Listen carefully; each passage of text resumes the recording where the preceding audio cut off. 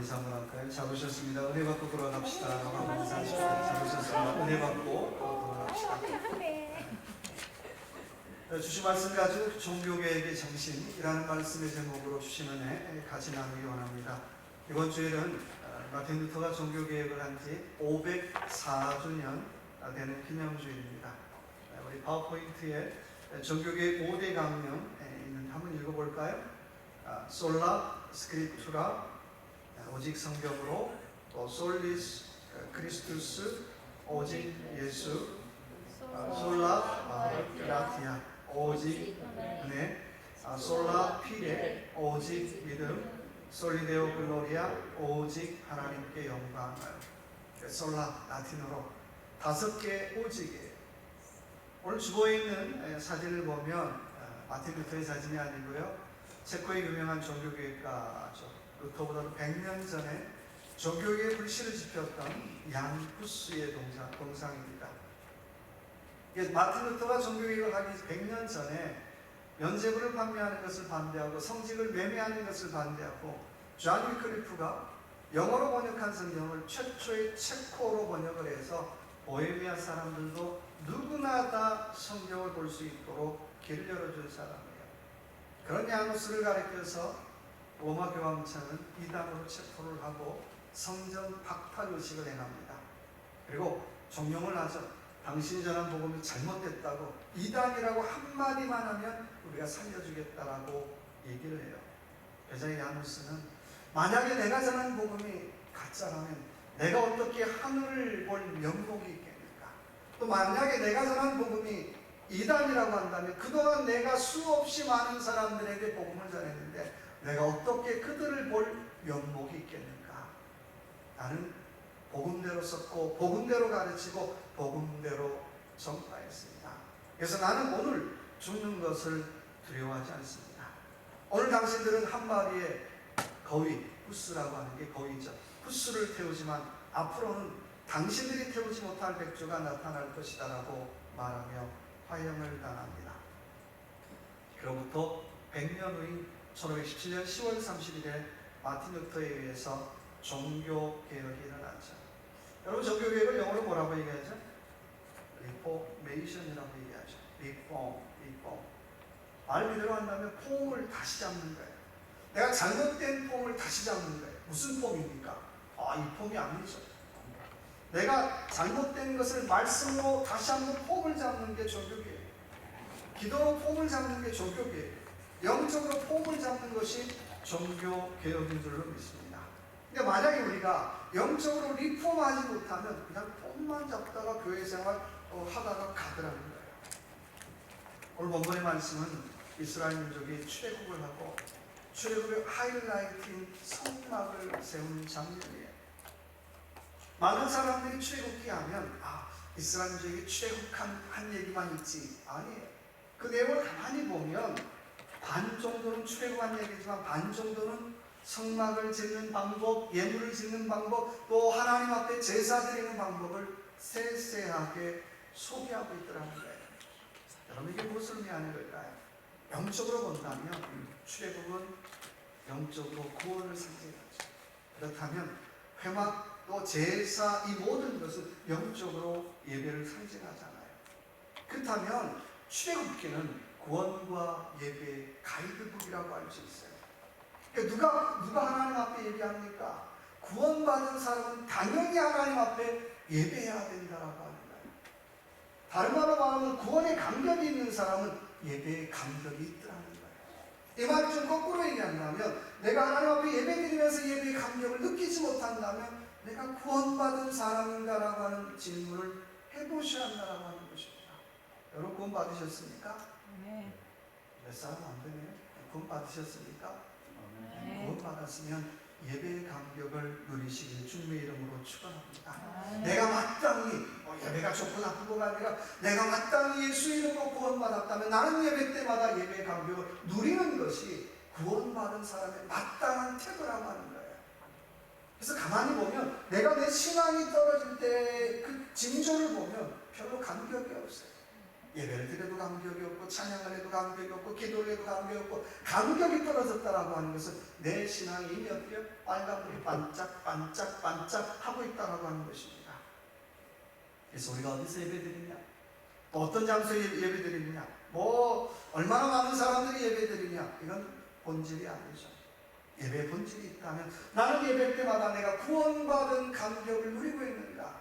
내가 예배 때마다 하나님의 임재를 느끼고 있느냐라고 하는 것이 본질이고 중요한 문제라고 하는 것입니다. 자, 구약의 회막을 한번 봅시다. 얼마나 클까요? 한 700스퀘어피트 정도 되죠. 한 18평 정도 돼요. 우리 예배실보다도 작죠. 겉은 뭘로 만들어졌죠? 조각목으로. 사막의 아카시아의 그 거친 나무로 만들어졌어요. 지붕은 염소털로 또 수달의 가죽으로 덮여 있잖아요. 겉으로 본다면 아이고 참 촌스러워. 저게 뭐라고. 회막의 모습이 그랬다는 거예요. 그런데요, 회막은 세상 그 어떤 건물보다도 아름다웠어요. 회막이 아름다운 이유가 뭘까요? 거기서 누굴 만날까요? 누구 만나요? 하나님 만나는 장소이기 때문에 너무너무 아름다웠어요. 겉은 투박스럽고 거친 아카시아 나무 조각목 널판으로 만들어졌고, 지붕은 염소털로 막 덮여 있지만 그 세상에 그 어떤 것보다 아름다울 수 있었던 것은 거기서 하나님 만나는 장소였기 때문에 아름다웠다는 거예요. 또 그 건물이 아름다웠던 것은 이스라엘족이었기에 자기들의 소원, 자기들의 원함이 있을 때마다 그 소원을 가지고 하나님 앞에 나아가는 장소였기 때문에 세상에 그 어떤 건물보다도 아름다웠다라고 하는 것입니다. 이번에 노회장회의에 참석하면서 노회장회의가 열렸던 뉴저지 장로교회를 다녀왔습니다. 그 교회는 천주교 수도원 건물을 사서 리모델을 했어요. 정말 아름답더라고요. 장로들이 목사님 우리 교회가 미국의 10대 아름다운 건물 중에 들어갑니다. 부러웠어요. 여러분, 교회가 진짜 또 아름다울 수 있는 이유가 뭘까요? 교회가 진짜 아름답다라고 하는 것은 겉모양이 아니죠. 교회가 진짜 아름다울 수 있는 본질이 있다면 교회가 회막으로서의 역할을 잘 감당하느냐가 중요하잖아요. 건물이 좀 안 좋아도, 건물이 좀 낡아도 회막으로서의 역할을 잘 감당하면 그 교회는 아름다운 교회예요. 이제 아무리 건물이 좋아도 회막으로서의 역할을 감당하지 못하면 그 교회는 어때요? 아름답지 못하는 건물이라고 하는 것입니다. 주말로 말하면 하나님과 만남이 있는 교회는 아름다운 교회예요. 하나님과 만남이 없는 교회는 아무리 아름답게 세워도 아름다운 건물이 아니라는 거예요. 자, 한번 상상해 보자고요. 이스라엘족이 출애굽을 했죠. 텐트가 한 250개 정도, 우리 말로 말하면 250개 정도 한번 쳤다고 생각해 보세요. 그 가운데 센터에 회막이 있어요. 센터에 회막에서 아침마다 뭐 하죠? 뭐예요? 제사 드리잖아요. 연기가 올라갈 거 아니에요. 어느 방향, 동서남북 어느 방향에서나 그 회막을 보면서 이스라엘 사람들의 마음이 그랬을 것 같아요. 와, 오늘 하나님께서 우리 제사를 받아주시는구나. 오늘 하나님께서 우리와 함께 하시는구나. 오늘 하나님께서 우리를 인도하시는구나라고 하는 고백을 그들은 날마다 매일 아침마다 했다라고 하는 것입니다. 하나님의 임재 속에 하루를 시작하고 하나님의 임재 속에 하루를 마무리하는 것이 이스라엘 민족의 삶이에요. 그런데 우리가 아는 것처럼 회막은요, 들어가는 입구도 몇 개죠? 입구가 몇 개예요? 하나. 나오는 입구도 몇 개예요? 하나. 다른 입구가 없어요. 비상구가 없어요. 노아 방주도 들어가는 입구가 몇 개예요? 하나. 나오는 입구도 하나. 다른 비상구가 없어요. 이 말은 이스라엘 민족에게 또 오늘 저와 여러분에게 한번 적용을 해본다면, 자, 우리가 살 길은 들어가는 것도 누구요? 예수 그리스도. 나오는 것도 누구요? 예수 그리스도. 다른 길은 없더라고 하는 것입니다. 원하기를 저와 여러분의 삶, 이런 믿음, 이런 삶, 또 이런 신앙 가지시길 주님의 이름으로 축원합니다. 그러면 회막을 완성하기 위한 조건을 통해서 오늘 주의 말씀처럼 종교개혁의 정신 같이 한번 나눠보기 원합니다. 자, 2절 한번 읽어볼까요? 너는 첫째 날 초하루에 성막고 회막을 세우고 또 증거궤를 들여놓고 또 회장으로 그 궤를 가리고. 자, 개혁의 첫 번째 정신이 있다는 한번 따라봅시다. 질서가 중요합니다. 뭐가 중요하다고요? 질서가 중요하다는 거예요. 오늘 회막을 완성시키기 위한 첫 번째 조건이 있다면 질서라고 하는 거예요. 가만히 보면 세우고요, 들여놓아요. 이스라엘 사람들 맨 땅 위에 모래에 성막을 세우는데 조각목으로 벽을 만들고 5개의 큰 기둥을 만들고 동물의 가죽을 덮고 고정을 시키죠. 동물성, 식물성, 광물성, 섬유질 모든 재료가 다 들어갔어요. 그런 다음에 성막에 필요한 재료를 하나씩 차근차근 들여놓기 시작하더라는 거예요. 어디서부터요? 맨 안쪽 지성소에서부터 하나씩 중요한 것부터 하나씩 들여놓고 바깥으로 나오면서 채워놓기 시작하더라고 하는 것입니다. 성막 완성의 첫 번째 조건이 있다면 뭘까요? 질서예요. 정해진 순서대로 놓더라는 거예요. 우리가 종종 이사하면서 그분이 이사를 얼마나 했을까? 이사를 잘하나 못하나? 아마추어인가 프로인가? 라고 하는 걸 알려면 어떻게 보면 알 수 있습니까? 아마추어인데요. 그냥 어떻게 두서 없이 닥치는 대로, 급한 대로, 잡히는 대로 그냥 막 나르는 거예요. 막 나르면 어떻게? 그거 지금 나를 때 아니지. 그거 지금 갖고 오면 안 되지. 열심히 일하는데 어떻게요? 여기 욕대로 먹는 사람 있잖아요. 그 사람 와서 이삿짐 나르는데 도와준다고 그러면 불안한 사람이 있잖아요. 열심히 하는데 별 도움이 안 되는 사람. 아마추어잖아요. 근데 좀 프로 일꾼은 별로 열심히 안 하는 것 같은데 나름 노력이 있어요.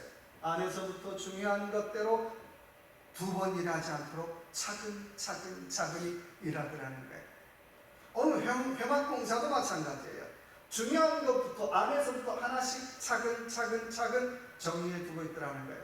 언약궤를 두고요, 상을 두고요, 등잔불을 들여놓고 회막 입구에 번제단을 두고, 그리고 회막 둘레에 휘장을 쳐서 가리고요. 안에서부터 가장 중요한 순서대로 하나씩 정리를 하고 있어요. 만약에 두서없이 일하는 사람이 아이고 내가 도울게요 그래서 어떻게 바깥에 있는 물두멍을 덥석 들고 지성소항을 한번 들어갔다고 생각해 보세요. 어떻게 됐을까요? 그날 그 사람 뭐 하는 날이에요? 장례치입니다. 정말 기쁘게 하나님 앞에 회막을 세우고 하나님 앞에 영광을 돌려야 될 날이 그 사람은 그날 장례식 날이에요. 모든 일은 정해진 질서와 순서가 있어요. OECD 국가, 국제경제협력기구, 우리나라도 가입국가죠. 조사를 했어요. OECD 국가들 중에 자동차를 산 다음에 자동차 매뉴얼을 가장 안 보는 나라가 어딜까? 제일 안 보는 나라가 어딜까? 조사를 했어요. 재밌죠? 1등 어딜까요? 어느 나라일까요? 한국. 그 비싼 자동차를 샀는데 매뉴얼 한 번 안 본대요. 자동차 폐차할 때까지. 사자마자 어떡합니까? 이게 뭐지? 이게 뭘까? 계속 눌러보는 거예요. 그러다가 어떻게? 금방 고장 내게 만든다는 거예요. 여러 차를 오래 쓰는 방법, 오래 사용하는 방법이 있다면 매뉴얼대로 사용해야 되잖아요. 회막도 마찬가지예요. 하나님 주신 매뉴얼대로 지어야 되잖아요. 내 마음대로 이게 뭘까 저거 뭐가 내가 하고 싶은 대로 해서 되는 게 아니라고 하는 것입니다. 자, 회막과 번제단 사이에 물두멍 한번 보십시다. 물두멍 뭘로 만들었죠? 노수로 만들었어요. 물두멍 노수로 만들었기 때문에 그 앞에 서면 뭐예요? 발이 더러운지 손이 더러운지 다 제사장이 그 물두멍 앞에 설 때마다 어떻게 아이고 내가 발을 안 씻었네, 아이고 내가 손을 안 씻었네, 그리고 씻고 들어가는 거예요. 그래서 항상 물두멍에는 제사장이 손과 발을 씻을 수 있을 정도의 물이 항상 잠겨져 있어야 된다는 거예요. 그런데 우리야 수도가 있으니까 그냥 막 틀어놓으면 되잖아요.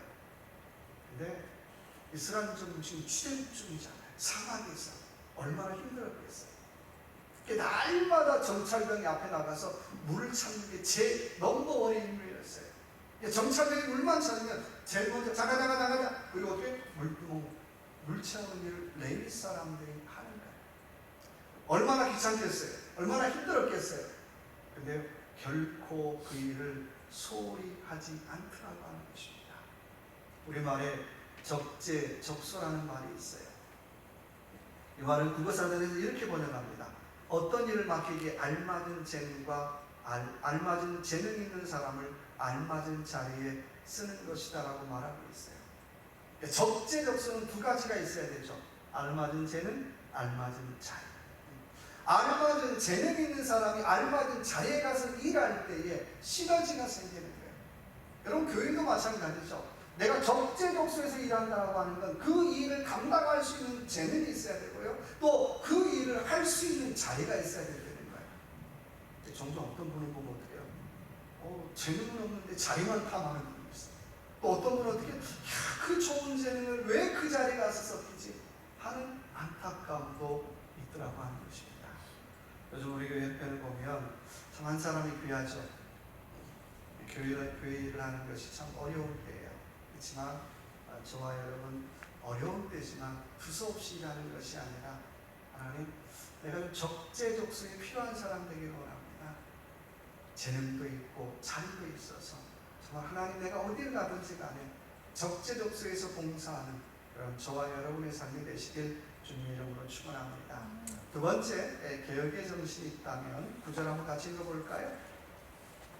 또 관유를 가져다가 성막과 그 안에 있는 모든 것에 발라 그것과 그 모든 기구를 거룩하게 하라. 그것이 거룩하리라. 자, 두 번째 개혁 정신은 뭐예요?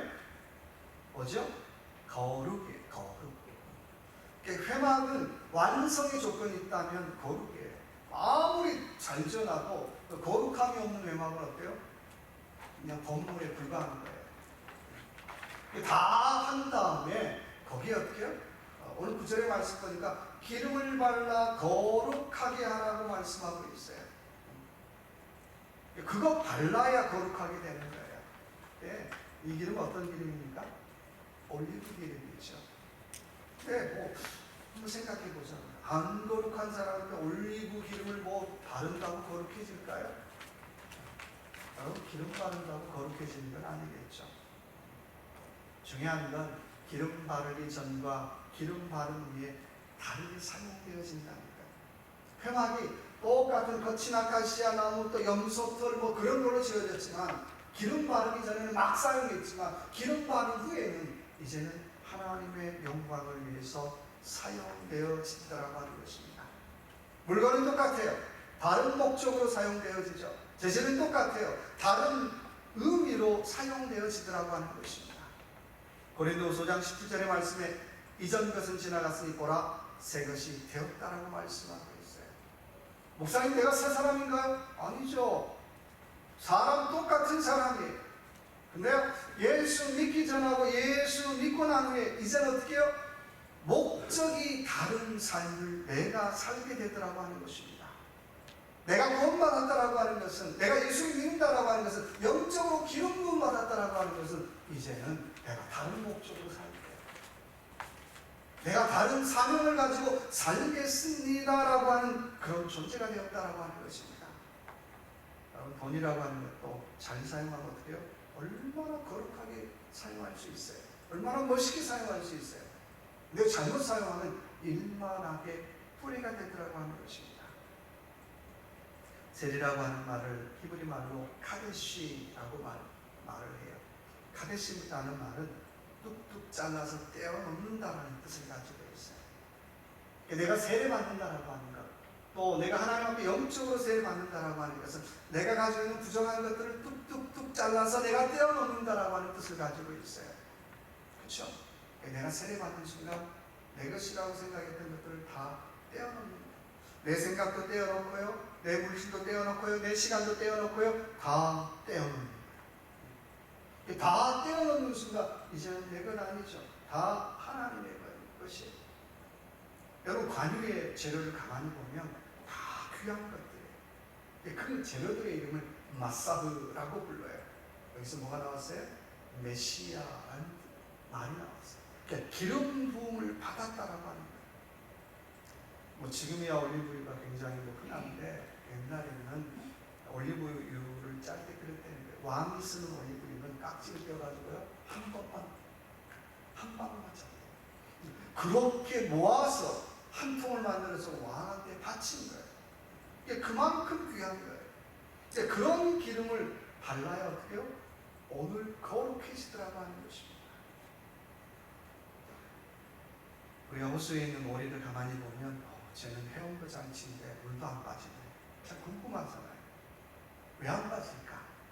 헤엄칠 때마다 오리에게서 어떻게 기름이 나와서 오리 털을 자꾸 어떻게 코팅을 해주대요. 그래서 아무리 수영을 아무리 헤엄을 쳐도 물에 안 빠지는 거예요.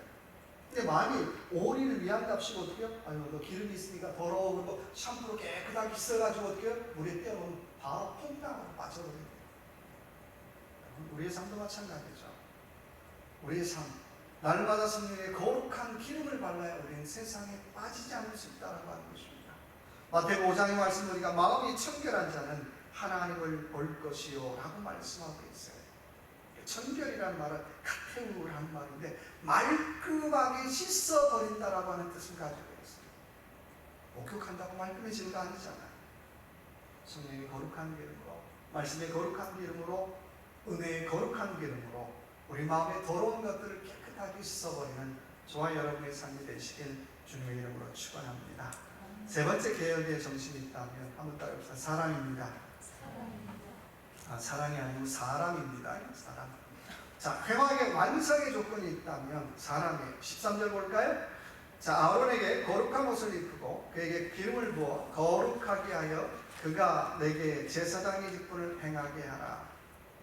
자, 개혁의 정신 세 번째는 사람이에요. 회막 완성의 조건도 세 번째도 사람이에요. 입히고 행하게 하라라고 말씀하고 있어요. 자, 성막이 다 완성됐어요. 이제는 뭐 세워야 돼요? 사람 세워야 돼요. 사람. 아론의 자손을 제사장으로 세우더라는 거예요. 근데 얼마큼 세우니까 속옷까지 구별해서 입혀요. 이 말은 아무리 회막이 잘 세워져도 사람이 잘 세워지지 않으면 소용이 없어요. 여러분, 교회가 아무리 건물이 좋아도요, 사람이 잘 세워지지 않으면 소용없어요. 그래서 교회는 중요한 것은 프로그램이 아니라 사람이에요. 사람. 우리는 좋은 교회를 꿈꾸잖아요. 근데 좋은 교회를 꿈꾸기 전에 내가 좋은 사람인가를 질문해 봐야 되고요. 내가 좋은 성도인가를 질문해 봐야죠. 나는 좋은 성도도 아니고 나는 좋은 사람도 아닌데 우리는 좋은 교회를 세울 거야. 안 되는 거예요. 첫 단추가 잘못됐어요. 내가 좋은 성도가 되고 내가 좋은 교회가 되고 또 내가 좋은 교인이 되고 내가 좋은 사람이 될 때에 교회가 좋아지더라고 하는 것입니다. 누구든 교회의 지도자가 되고 싶어 하죠. 그런데요, 교회 지도자가 되기 위해서는 여러 가지 자격이 필요해요. 근데 그보다 더 중요한 것이 있다면 하나님의 자격 기준에 맞아야 한다는 것입니다. 세상의 자격 기준에 내가 맞을 수 있어요.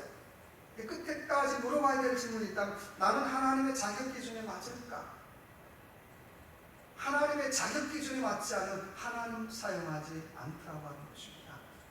이스라엘 두 번째 지도자인 여호수아는 가니까 눈의 아들 모세의 시종이라고 얘기하고 있어요. 모세의 시종. 여러분, 시종 어떤 사람이에요? 물 떠오르는 사람이잖아요. 여호수아 어떤 사람인가요? 모세가 살아있을 때 계속 물까지 떠다 나르는 사람이었다는 거예요. 그런 사람이 다음 지도자가 됐다는 거예요. 여러분 하나 아시겠어요? 아마 10명 중에 8명은 못할 거예요. 내가 체면이 있지. 내가 이것까지 하면서 내가 이걸 해야 돼. 나도 체면이 있고 사회적 지위가 있지. 아마 안 할 것 같아요. 근데요, 여호수아는 그 모든 일을 다 감당했더라고 하는 것입니다. 여러분, 이런 과정을 거치지 않으면 지도자가 될 수 없어요. 우리 누군가가 성공하면 이렇게 얘기하죠. 아유, 운이 좋은 것 같아. 사람 잘 만나서 성공한 것 같아. 아니죠. 우리는 성공한 사람의 결과를 보기 전에 성공한 사람의 과정을 좀 보라는 거예요. 얼마나 준비했을까? 얼마나 참아냈을까? 얼마나 견디었을까라고 하는 걸 좀 보라는 거예요. 그거 보지 않고 결과만 보고 나도 성공하겠지. 아니죠. 나는 얼마나 참지 않았잖아요. 얼마나 견디지 않았잖아요. 얼마나 인내하지 않았잖아요. 근데 성공할 거예요. 착각이라는 거예요. 예수님의 공생의 33년 중에 사역을 한 시간이 몇 년이죠? 3년이에요. 겨우 10분의 1에 불과해요. 결과만 보지 말고요, 과정을 보시라고 하는 것입니다. 건강한 교회는 결과보다도 과정을 소중하게 여기는 교회입니다. 소아시아에 많은 교회가 있지만 예수님에게 칭찬받은 교회가 딱 두 개 있죠. 어느 교회? 필라델피아 교회, 서머나 교회. 요한계시록 2장 9절의 말씀 보니까 서머나 교회를 향해 이렇게 칭찬하십니다. 내가 내 환난을 알으니 실상은 내가 부요한 자니라 라고 칭찬해요. 이 말은 이런 말이에요. 네가 받은 환난과 궁핍 때문에 하나님 더 의지했지. 네가 받은 어려움 때문에 예수님 더 의지했지. 너 진짜 영적으로 부요한 자야 라고 칭찬하시는 거예요. 요한계시록 3장 8절에 보니까 빌라델피아 교회를 향해서 이렇게 칭찬합니다. 내가 작은 능력을 가지고도 내 말을 지키며 내 이름을 배반치 아니하였다라고 칭찬해요. 쉬운 말로 말하면 개척교회 같은 작은 교회이지만 어때요? 더 개척교회이기 때문에 더 주님을 의지하고 더 주님 앞에 열심히 헌신한 교회가 너희 교회야라고 주님이 칭찬하시더라고 하는 것입니다. 여러분 누가 충성하였습니까? 사람. 여러분 결과보다는 순간순간 과정에 최선을 다하는 저와 여러분 되시길 주님의 이름으로 축원합니다. 폼사라는 말이 있어요. 예수 밖에서 폼사가 아니라 예수 안에서 좀 폼사로 살았으면 좋겠어요. 제 마음의 고백 중에 하나님, 내가 폼나게 한번 예수 안에서 폼나게 살다가 폼나게 죽기를 원합니다. 자랑하고 그런 게 아니라 내가 영적으로 폼나게 살다가 폼나게 죽기를 원합니다. 그래서 원하기는 저와 여러분의 삶 순간순간 최선을 다하고 아끼고 그리고 헌신하는 그런 저와 여러분의 삶이 되시길 주님의 이름으로 축원합니다. 다시 한번 기도합시다. 기도할 때 하나님, 내가 질서를 회복하고 거룩을 회복하고 사람을 잘 세워 영적으로 개혁하는 우리 모두가 되기를 원합니다라고 이 시간에 한번 주님 한번 외치고 다시 한번 통성으로 같이 한번 기도하겠습니다. 주여! 아버지 하나님 감사합니다. 저희를 사랑하여 주셔서 이 아침도 하나님 또 인도하여 주시면 감사합니다. 하나님 아버지, 우리의 삶 질서를 회복하게 하시고 거룩을 회복하고 영적으로 사람을 잘 세워 영적으로 개혁하는 우리의 삶이 되기를 원합니다. 우리의 말이, 우리의 삶이, 우리의 행동이 아버지 하나님 개혁되어질 수 있도록 하나님 도와주시옵소서. 바뀌지 않는 내 모습이 아니라 바뀌어지게 하시고 또 변화되어지게 하시고 또 달라지게 하여 주셔서 하나님 도와주시고 인도하여 주셔서 하나님 앞에 영광이 될 수 있도록 하나님 은혜 베풀어 주시기를 원합니다. 도와주옵소서. 하나님 아버지, 종교의 귀한 주일을 우리에게 허락하여 주셔서 또 다시 한번 우리 안에 영적인 개혁과 회복이 있기를 원합니다. 빌라델피아 교회처럼 서머나 교회처럼 하나님 앞에 칭찬받는 우리 모두가 되어지게 하시고 또 좋은 교회를 꿈꾸고 소망하기 전에 내가 하나님 앞에 먼저 좋은 성도가 되게 하시고 내가 먼저 하나님 앞에 영적으로 거듭난 좋은 사람이 되어질 수 있도록 은혜 베풀어 주시옵소서. 그래서 귀한 종교교회 기념주의를 맞이해서 내 말이, 내 행동이, 내 생각이 변화되어 살아가는 정말 내 안에 날마다 영적인 개혁이 있는 우리 모두가 될 수 있도록 은혜 베풀어 주시옵소서. 함께하여 주실 걸 믿고 예수 그리스도 이름으로 간절히 기도드립니다. 아멘.